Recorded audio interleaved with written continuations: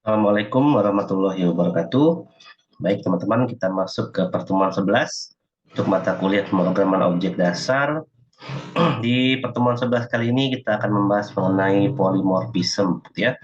Nah, polymorphism ini adalah salah satu dari pattern yang bisa kita terapkan dalam pemrograman berorientasi objek. Sebenarnya untuk polymorphism sendiri itu untuk bahasa pemrograman apapun, ya, tidak harus Java. Yang penting dia adalah berorientasi objek. Untuk memahami polymorphism, kita harus mengingat kembali ke materi kita yang kemarin, yaitu materi mengenai inheritance ya atau pewarisan. Di mana konsep inheritance itu ada kelas, di mana kelasnya itu adalah kelas parent atau kelas orang tua, gitu ya. Lalu kelas orang tua itu memiliki kelas anak, gitu ya. Nah, orang tua dan anak ini mereka memiliki sifat yang diturunkan. Artinya si anak ini memiliki sifat yang diturunkan yang dimiliki oleh orang tuanya. Namun si anak ini boleh memiliki sifat dia masing-masing, ya. Nah, sebagai contoh di sini misalnya kita punya kelas parent yaitu kendaraan, ya. Nah, kendaraan itu bisa berjalan maju, bisa berjalan mundur, bisa belok kiri dan bisa belok kanan. Itu adalah umumnya kendaraan, artinya dia adalah kendaraan. Kemudian kendaraan diturunkan menjadi sepeda, menjadi motor, menjadi mobil, menjadi kapal, dan seterusnya. Nah, artinya karena parent tadi punya metode maju, mundur, kiri, dan kanan, maka sepeda pun pasti bisa maju, bisa mundur, bisa belok kiri, dan belok kanan. Mobil juga begitu, bisa maju, bisa mundur, bisa belok kiri, dan belok kanan. Kapal juga sama, dan semua kelas yang diturunkan dari kelas parent-nya itu memiliki metode yang sama dengan parent. Namun anak boleh memiliki metode yang berbeda. Ya, kita tahu bahwa sepeda tidak ada mesin, gitu ya. Maka dia mungkin ada metode mengayuh, gitu ya, untuk menjalankan sepeda. Kalau mobil dan motor, misalnya metodenya adalah injak gas, gitu ya.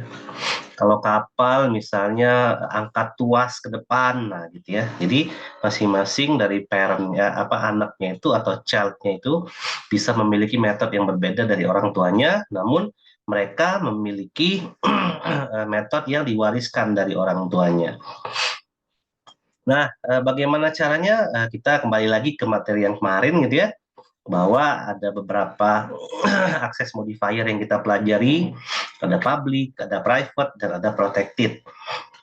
Nah, agar untuk mengimplementasikan inheritance ini atau pewarisan, maka kita harus menambahkan protected di setiap metode yang ada di parent tadi.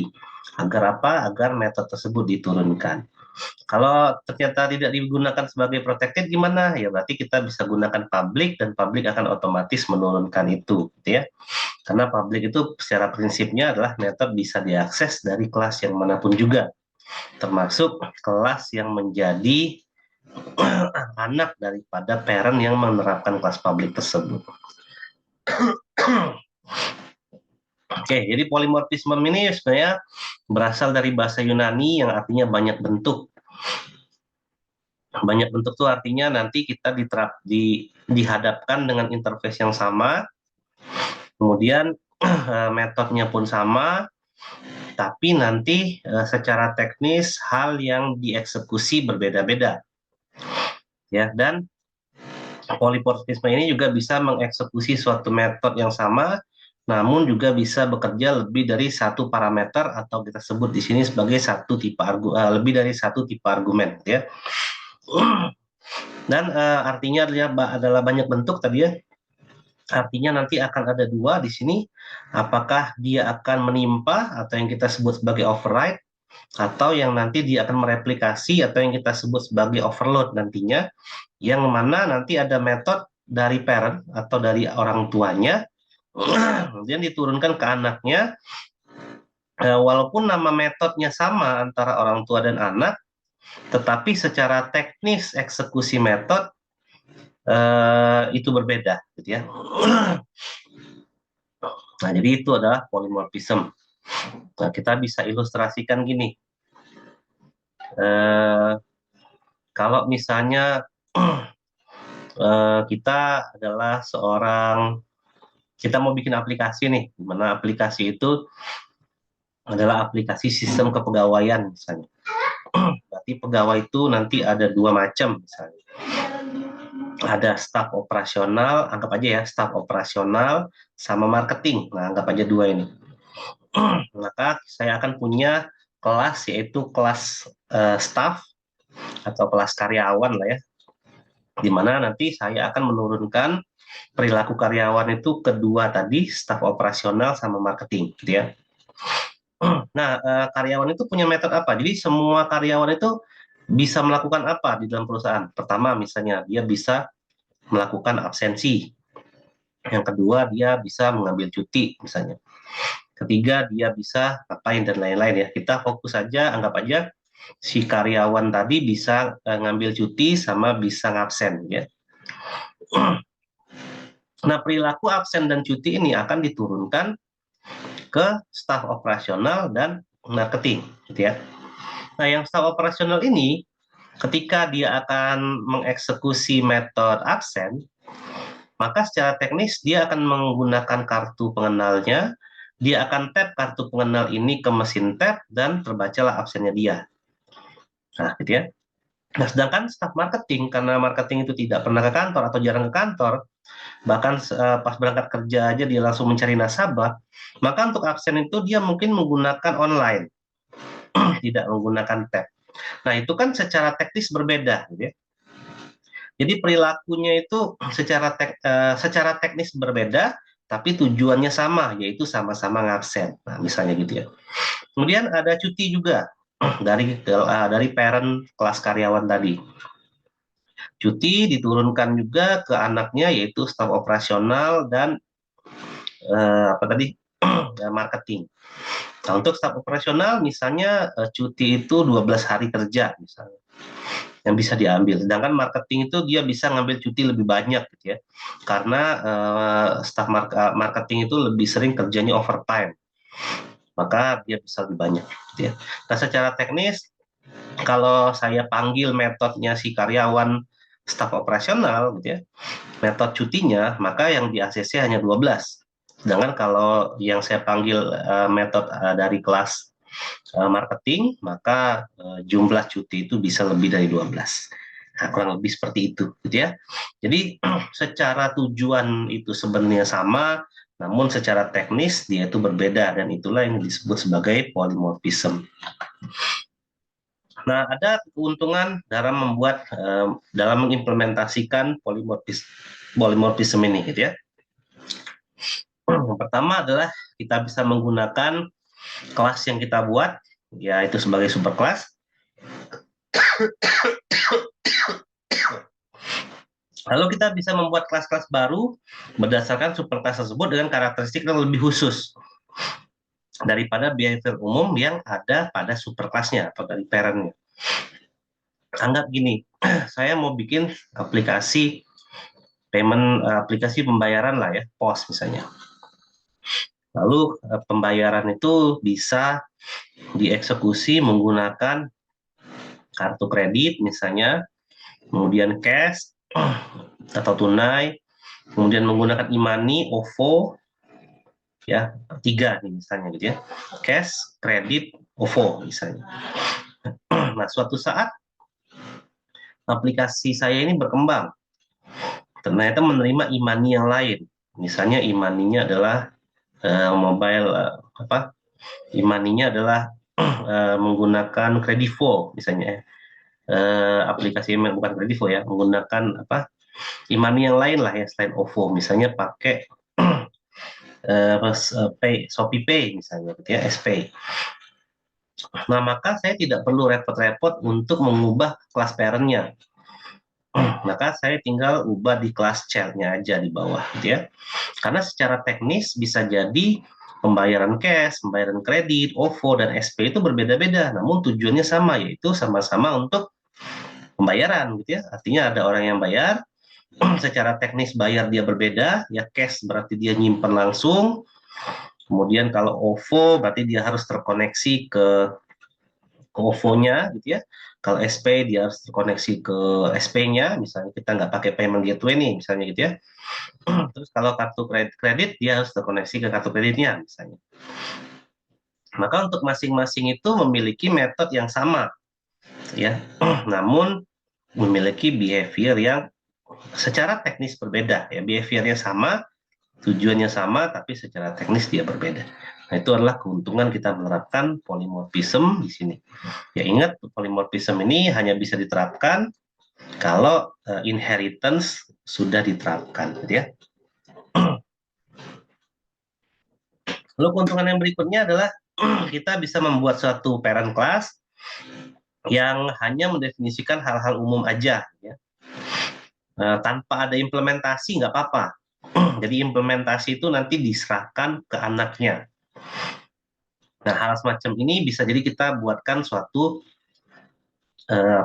interface class atau abstrak class. Nah, untuk interface dan abstrak kita akan bahas nanti, gitu ya. Namun tanpa harus mengimplementasikan abstrak dan interface class juga bisa sih ya menggunakan kelas yang biasa, gitu ya. Nah, di sini kita bisa membuat suatu metode yang isinya masih kosong, nggak ada apa-apa. Kemudian nanti metode ini akan dipanggil oleh anak-anaknya dan diimplementasikan di anak-anaknya. Artinya parent-nya, orang tuanya tidak akan mengimplementasikan apapun. Dia hanya mendeklarasikan metode tanpa mengimplementasikannya. Dan implementasi akan diserahkan ke anak untuk sesuai dengan tujuannya masing-masing. Misalnya membayar OVO, ada metode dari parent yang diturunkan, maka metode itu akan berperilaku sebagaimana untuk OVO, gitu ya. Kalau untuk kartu kredit, maka metode itu akan dieksekusi secara teknis bagaimana yang diberlakukan di kartu kredit. Untuk SP juga sama, untuk cash juga sama. Kemudian keuntungan yang ketiga adalah untuk menghindari duplikasi objek. Jadi daripada kita membuat objek baru, di mana penciptaan kelas baru itu memakan cukup banyak memori, gitu ya. Terus kita juga tidak perlu copy paste kelas, karena kita tinggal menambahkan aja metodenya menjadi bagian daripada anak dari parent yang kita sudah implementasikan, ya. Nah, ada dua polymorphism, yaitu overloading dan overriding. Sebenarnya untuk beberapa contoh kemarin pada pertemuan terdahulu sudah dijelaskan, gitu ya, untuk overloading, ya. Kalau untuk override itu nanti akan dijelaskan di polymorphism ini. Ini overloading saya ingin sedikit ya, mengulang sedikit. Maka overloading ini juga dimaksudkan untuk agar behaviornya masih bisa sama namanya, gitu ya.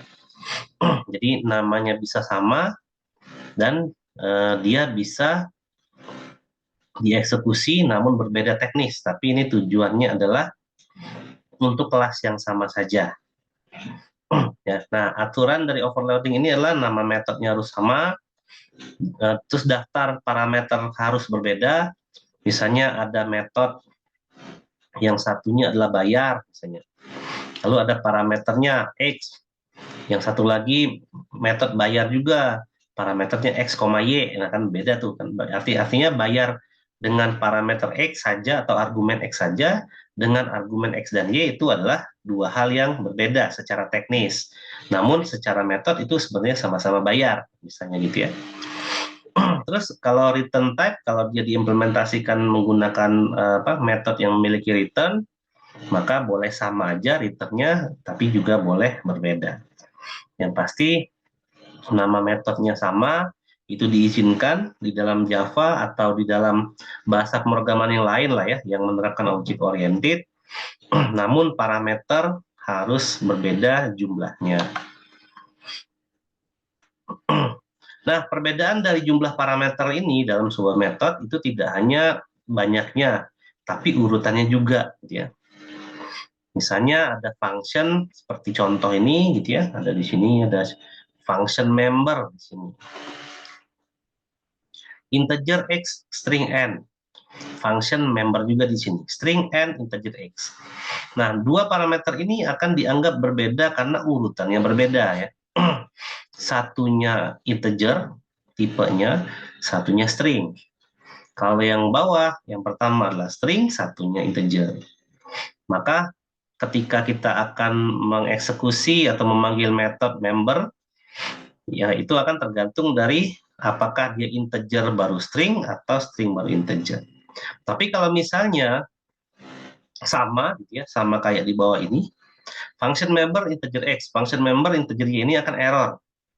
Karena sama-sama ini referensinya adalah sama-sama integer, gitu ya. Jadi ketika kita memanggil member, itu member yang x atau yang y, itu akan membingungkan dari aplikasi Java-nya sendiri, dan itu akan dianggap sebagai suatu kesalahan atau error. Jadi kalau kayak gini jumlahnya beda, tapi jumlahnya sama dan urutannya beda, itu bisa, atau memang urutannya beda, gitu ya. Misalnya kayak gini aja, function member x, di bawahnya function member x, y, misalnya dua-duanya integer, itu juga dianggap beda. Karena ketika kita akan memanggil suatu metode dalam Java, dia akan melihat yang dipanggil itu apakah parameternya satu integer atau dua-duanya integer. Maka dia pasti akan mengarah dan mengeksekusi ke metode yang berbeda. Nah, ini adalah contoh dari overload, gitu ya. Misalnya ada public class bentuk, terus ada void gambar, sini integer T1, void gambar T1, T2, ini T1, T2, T3, ini T1, T2, T3, dan T4. Ini udah jelas bisa ya, karena walaupun tipe datanya sama, tapi jumlahnya berbeda, gitu ya. Nah, jadi itu kita bisa lihat returnnya juga boleh sama, void. Nama metodenya gambar sama, ya, daftar parameternya berbeda, ini bisa, gitu ya, dieksekusi. Nah, lalu yang itu sepintas saja ya tentang overloading ya. Yang waktu pertemuan lalu kita udah bahas juga. Nah, kemudian untuk overriding, ini berarti adalah subclass yang berusaha memodifikasi tingkah laku yang diwarisi oleh superclassnya. Jadi itu yang seperti yang saya contohkan di awal tadi, gitu ya. Ada kelas karyawan, di mana kelas karyawan itu memiliki metode cuti dan mengambil cuti dan absen, lalu diturunkan di anaknya staf operasional dan marketing. Staf operasional dan marketing sama-sama memiliki metode absen dan cuti, namun secara teknis absen di marketing dengan absen oleh staf operasional itu adalah berbeda, namun tujuannya sama, sama-sama mencatatkan kehadiran mereka ke database perusahaan, misalnya, gitu ya. Nah, ini bertujuan untuk agar subclass atau anak atau child, gitu ya, memiliki perilaku atau behavior yang lebih spesifik. Kalau kita ngomongin perilaku, kita ngomongin behavior, maka itu kita sebut sebagai metode ya secara teknis. Ya, ingat kalau kelas itu hanya ada 3 bagiannya. Yang pertama adalah nama kelas, yang kedua atribut, dan yang ketiga adalah metode ya atau behavior. Nah, caranya adalah dengan cara mendeklarasikan kembali metode milik parent class di subclass, namun kita bikin implementasi yang berbeda. Apabila kita tidak mendeklarasikan metode itu kembali dari parent ke anak, misalnya parent tadi punya metode absen, lalu ada codingnya di situ, gitu ya, secara teknisnya kayak gimana. Terus kita buat karyawan kontrak, ya satu lagi misalnya. Karyawan kontrak itu tidak ada metode. Nah, maka karyawan kontrak itu ketika kita panggil metode absennya akan mengikuti metode absen yang dimiliki oleh parent, gitu ya. Atau kelas karyawannya tadi, gitu ya. Misalnya nambah lagi nih. Ya, tadi kan ada staf operasional sama marketing, kita tambahin karyawan kontrak.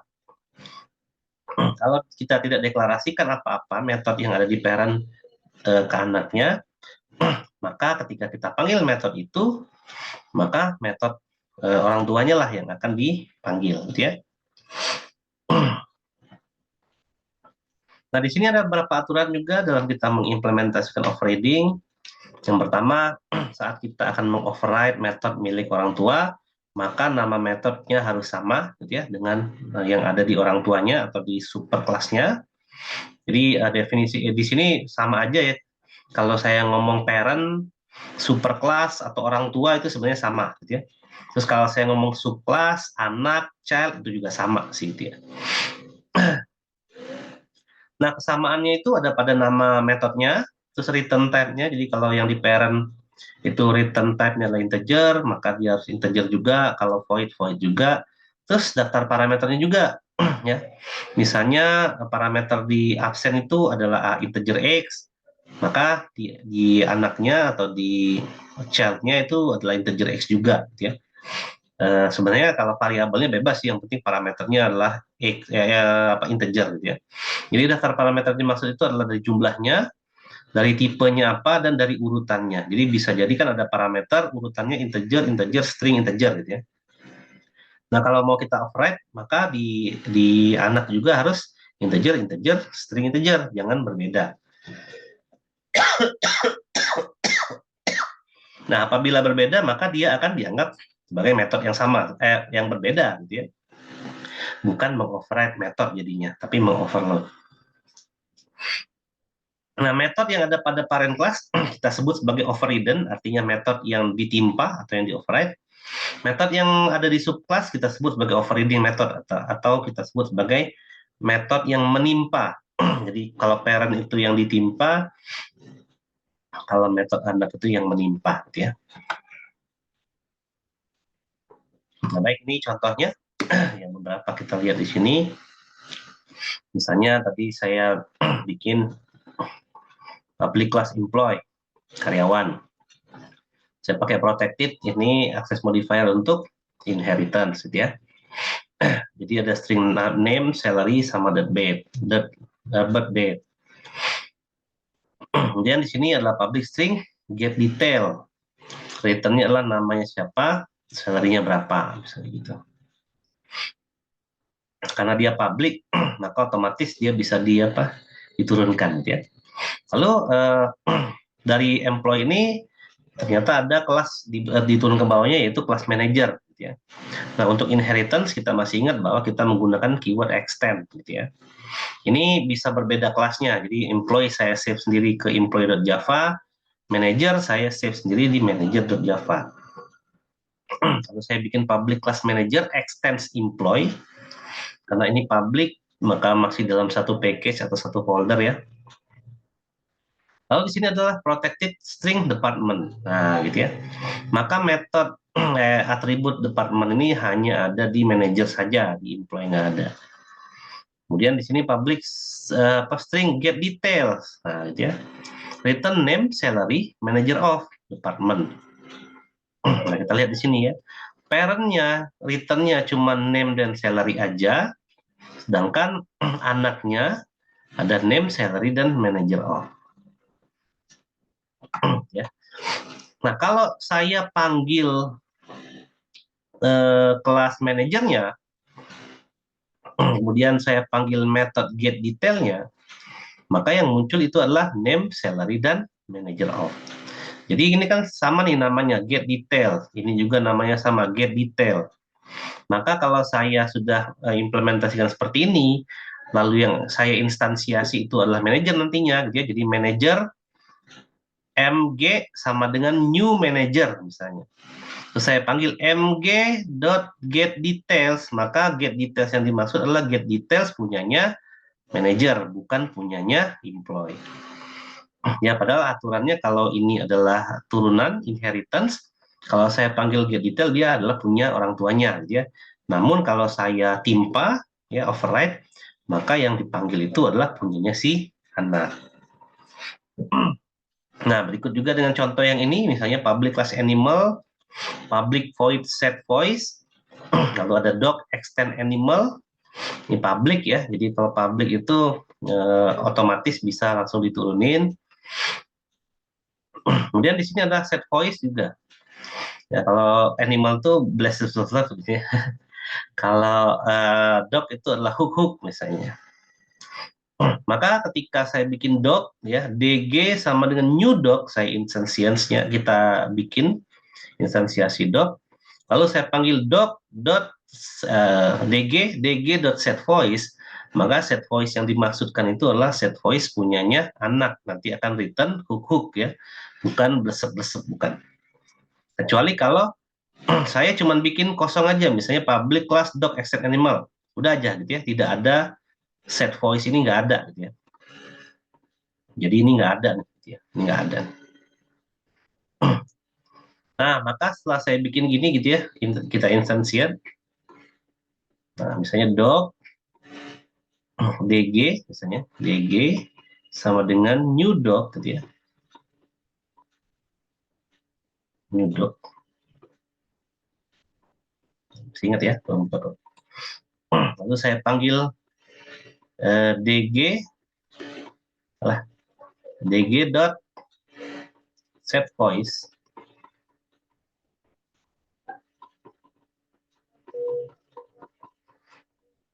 Maka set voice yang dimaksudkan ini adalah punyanya si parentnya, yaitu bunyinya nanti akan return blesep blesep.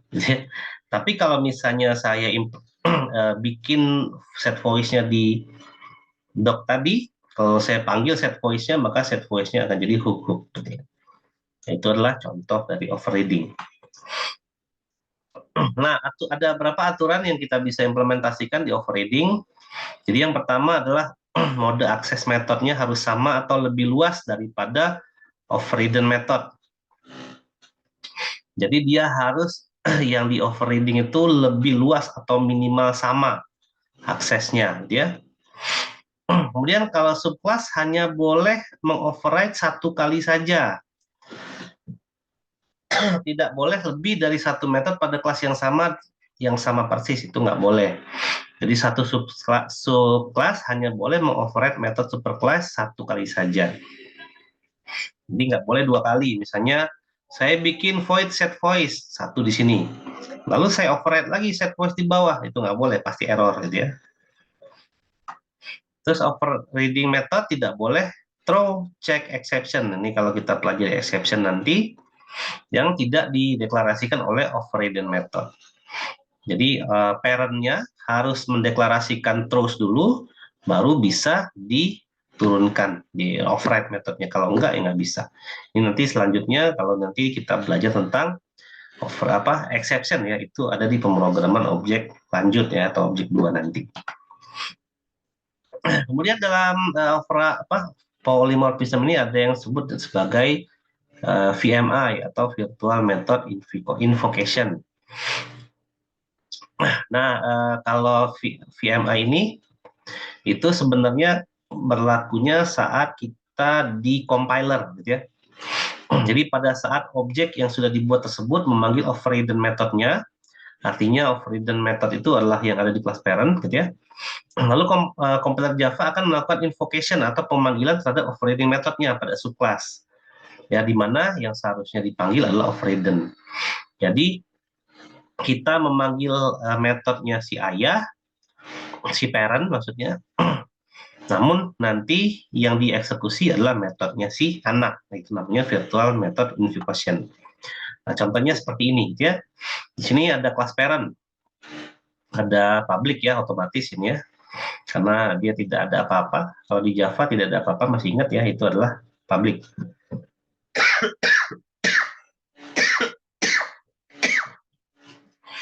Dan di sini ada public void info.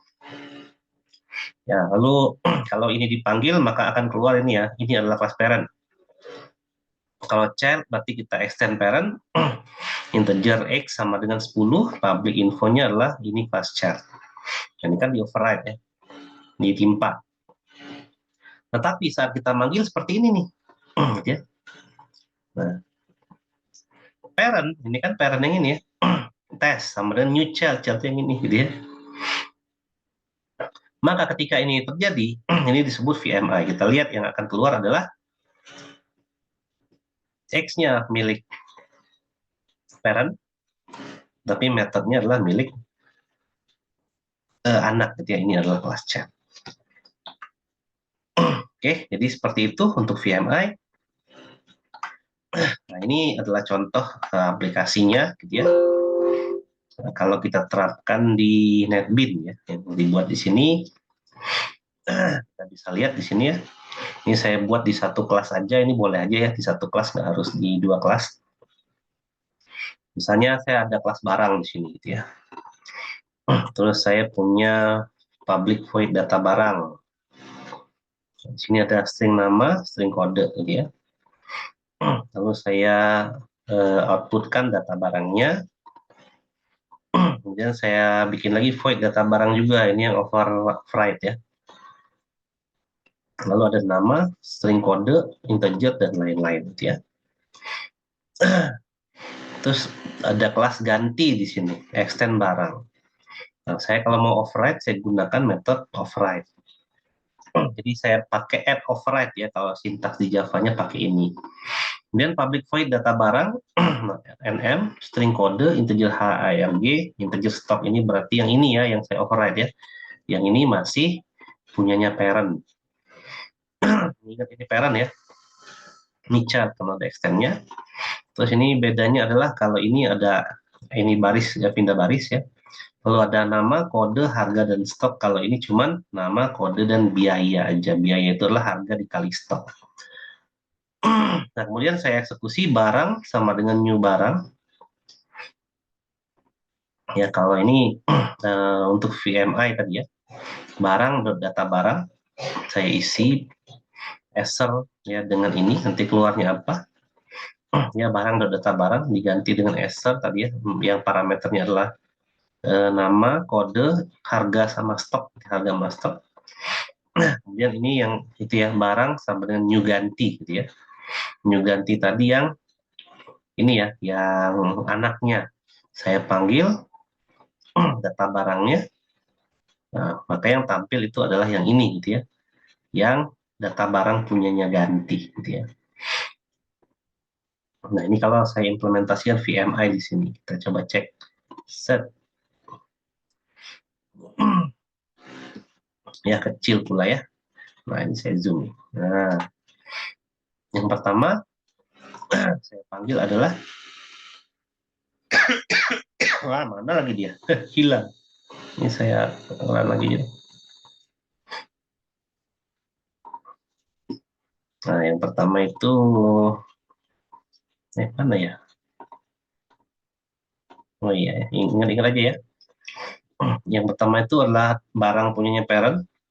Yang cuma dua, outputnya dua ini ya. Kemudian yang data barang parent outputnya 4. Kemudian yang di override outputnya 3 ya berarti ya. Kita lihat. Nah, ini 2, 4, dan 3 gitu ya. Karena yang dipanggil ini adalah ganti gitu ya. Dari si ganti ini. Ya, atau ini nggak usah BRG juga boleh sih, ini ganti sama new ganti aja. Karena memang nggak ada atribut juga di sini ya. Jadi VMI-nya nggak berlaku di sini. Ini misalnya saya ganti lagi. Ini udah aja di sini. Ganti GMT sama dengan new ganti, ini GMT aja lagi ya. Sama aja. Nih sama aja kan. Ada 3 kan, biaya yang di bawahnya. Biaya yang ini ya, biaya. Nah, jadi data barang yang dipanggil diganti ini, punya ini kan anaknya ya berarti ya. Ketika saya manggil data barang yang di override tadi, yang parameternya ada 4, 1, 2, 3, 4, maka yang dipanggil bukan yang punyanya parent, yaitu yang ini gitu ya, punyanya barang, tapi yang dipanggil itu adalah yang punyanya anak yang ini. Oke, seperti itu ya contoh daripada polymorphism. Baik, itu saja video pada malam hari ini. Terima kasih bagi teman-teman yang sudah menonton sampai dengan akhir. Saya pamit. Wassalamualaikum warahmatullahi wabarakatuh.